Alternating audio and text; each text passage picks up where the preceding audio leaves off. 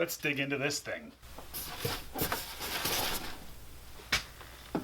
Okay, jumping back into the series on Misfit guitars, I'm super excited about this one.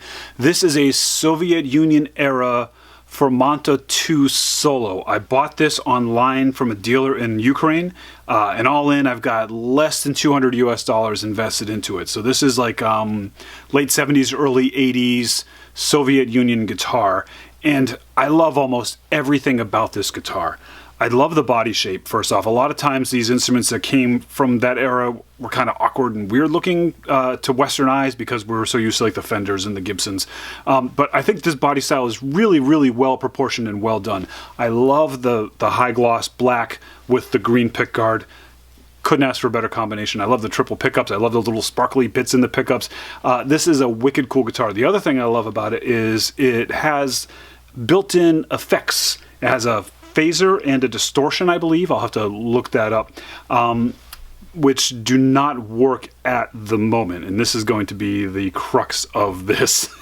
The neck is the thing that I like the least about it. It is really chunky and square. It's a little too wide at the nut, and it's just got this like box, like it's like a D neck, and it's just uncomfortable to play. But the goal is to keep it as original as possible because it is spot on look-wise, and then to just make it functional and playable. Proportionally, the body is perfect. The headstock's a little big and a little awkward, and I'm gonna push my luck with it and shave that in a little bit and see if I can make it a little bit more rounded and comfortable. And then the other thing is that we got a high fret. Just a little bit of fret work there.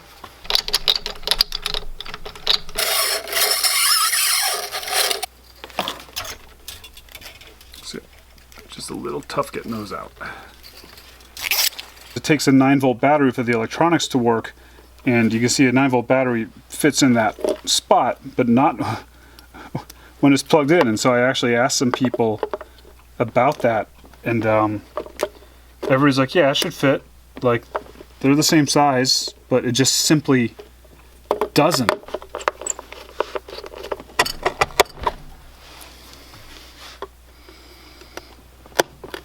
I chiseled away a little bit of the corners here, and I want this to be tight so it doesn't rattle around and come loose, and I think I've got it tight, hopefully not too tight, but check this out.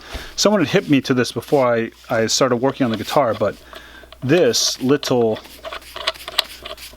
strap holder is actually also a little screwdriver pry bar type thing, which you could use then to pry this battery out. These switches are very flimsy, and I can, when they're up, they're off. I can tell because right now these are up and they're off. So this one does this pickup for some reason. This one does the middle one,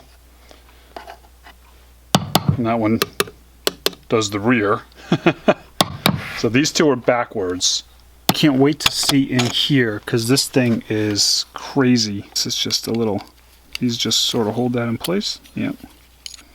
This bridge is wicked interesting. You can see it intonates with these little screws, goes back and forth. These things are a little like floppy, but it looks like you can also set string spacing by wheeling them in and out. This is just wicked, wicked interesting. Look at that. Look at that. You can actually have a little bit of control over the string spacing, but they don't lock into place if you were to wheel these out. And then these screws that go into this hole in the back of the bridge, and they like to come out, and they're hard to get back in.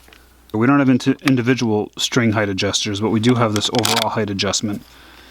That's pretty wild.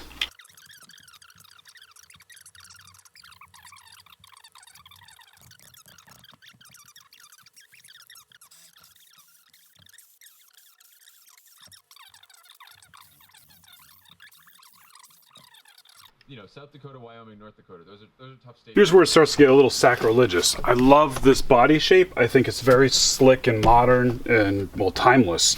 But this headstock is just not doing it for me. And I'm going to cut it. I understand why people might be a little upset about this, but I'm okay with it because this guitar is not some valuable collector's item. There's plenty of them out there that are still in their original condition. You can go get another one for 150 bucks if you don't like what I did.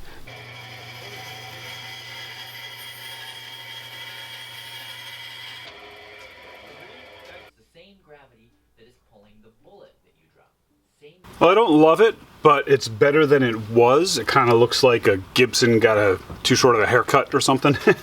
For this body style, I would have preferred to see a 6-in-line or even a 4x2, but this is definitely better than it was. It's a lot lighter and stuff. And so now, while we're committing heresy, we're going to, well, we're going to lose this horrible nut.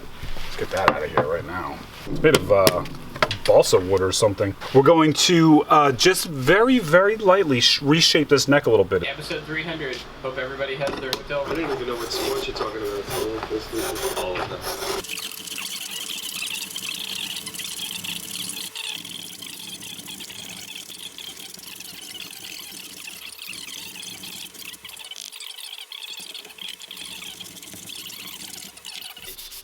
I mean, I've never seen her do it up close, but in the videos, it looks like...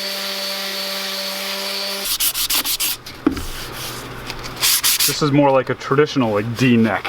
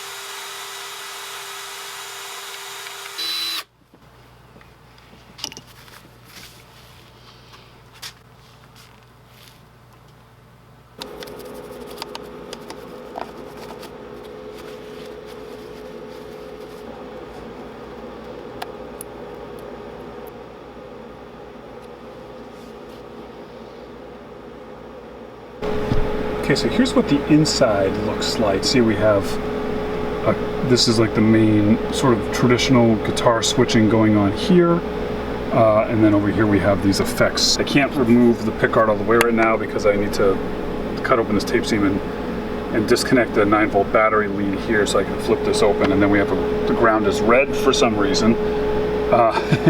And then these guitars used these 8-pin connectors, these sort of radio connectors, because they were something that was readily available. Although, as you can see, this one looks like it's using a few of the pins, but I don't think it even necessarily needs them all. When I ordered these guitars, I got a couple adapters to go with them, but on the last one, I went and I just swapped it out to a 1/4-inch end, or I'm sorry, a 1/4-inch jack, like a traditional jack. This one, I've gotten some emails from some helpful people about these guitars, and I believe I can do that with the effects. I mean, obviously I can because that's all we're doing here anyways, but I need to look at some of these wiring schematics that were sent to me and some helpful advice that I got from some viewers. I appreciate that. What I'm going to do before I do anything is I'm just going to spray clean it all up and just make sure that I don't see anything weird happening in there. Put it back together, string her up, and see what happens with the effects before I go any further and start actually tinkering around. I'm sorry I can't pronounce your name. The person that sent this to me, it was written in the Russian alphabet. I believe it's called Cyrillic. But this is a wiring schematic of the guitar that this very nice viewer sent me, and it has a lot of information. Of course, it's in Russian. But here you can see is that end pin jack. And so it looks like we have, you know, one pin going to the ground, of course, and then there's the one going to the lead. And then it puts the 9-volt battery into the circuit. Maybe start experimenting with it. I'll turn the soldering iron on, and then I can disconnect the 9-volt battery thing so I can get a better look, clean it, wire this up, and just start plugging it in and seeing what happens and you know, what could possibly go wrong.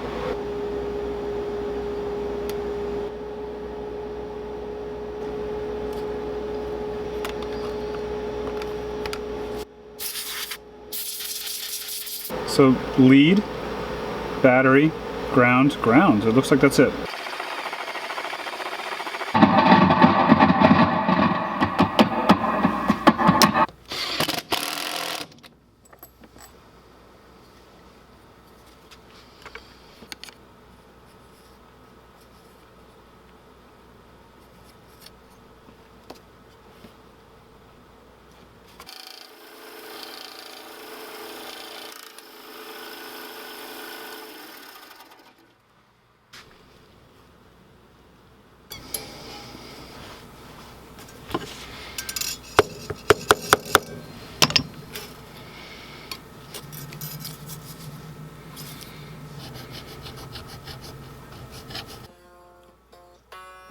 See the string spacing here, I feel like the A is a little too close to the E and it should go that way. But with this bridge, you can actually loosen the little pulley that it's on and change that string spacing. Now it looks a little more consistent. You can see, oh, that one's not on the Don't get me wrong, this bridge is a piece of garbage, but it's close to being really good. I think they're onto something. So according to this little instruction manual that was sent to me, this is the phaser, and it goes phaser on off, and then this would be the depth of phaser, and this is the frequency, and then up here is the fuzz, and we have the color of fuzz and the volume of fuzz. But of course none of that's working right, and apparently that's common.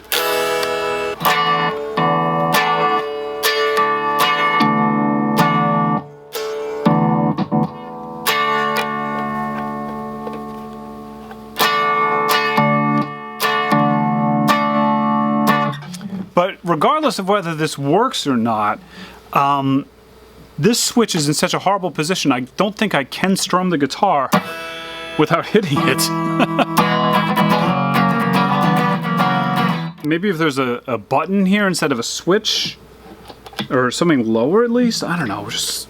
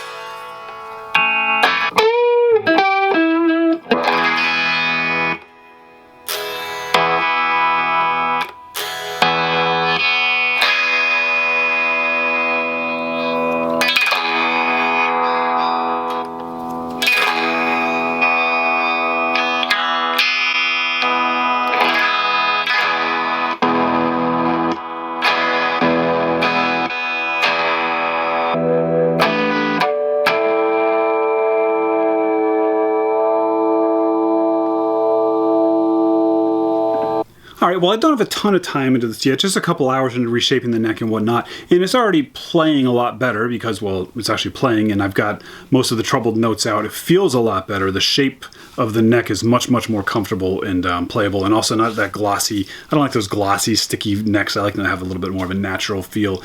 It is still a little chunky feeling, and it's a little bit slow. I think that the fingerboard material being so inferior is a big part of that, but it's starting to get to be playable.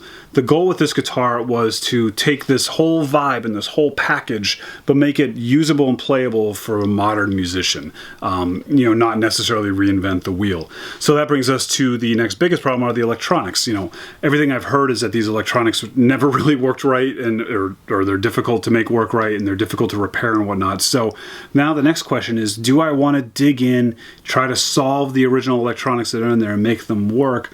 Or do I just strip it all out and do my own thing? And I have some fun stuff laying around the shop I could actually put into it to give it some of that effect capabilities. If the switches were better, I like just the placement of them. I think I wouldn't even be considering that yet. But I hate that switch. And both of them, they're just in the wrong spot. And even if they are working, if you hit them and accidentally turn the effect on when you don't want it, I mean, that's sort of just the placement of that is terrible. So I kind of feel like I should start over and, in keeping with the idea of making it a usable guitar for a 21st century musician. I'm not in a major rush for it because I don't really have any plans to do anything with that guitar yet, but I would like to have it done for the end of May when I will be taking the Jambulance here to a guitar show in Massachusetts. I'm curious what you think. I mean, I'm just going to do whatever I'm going to do anyways, but I'm always open to listen. All right. Thanks a lot and be good.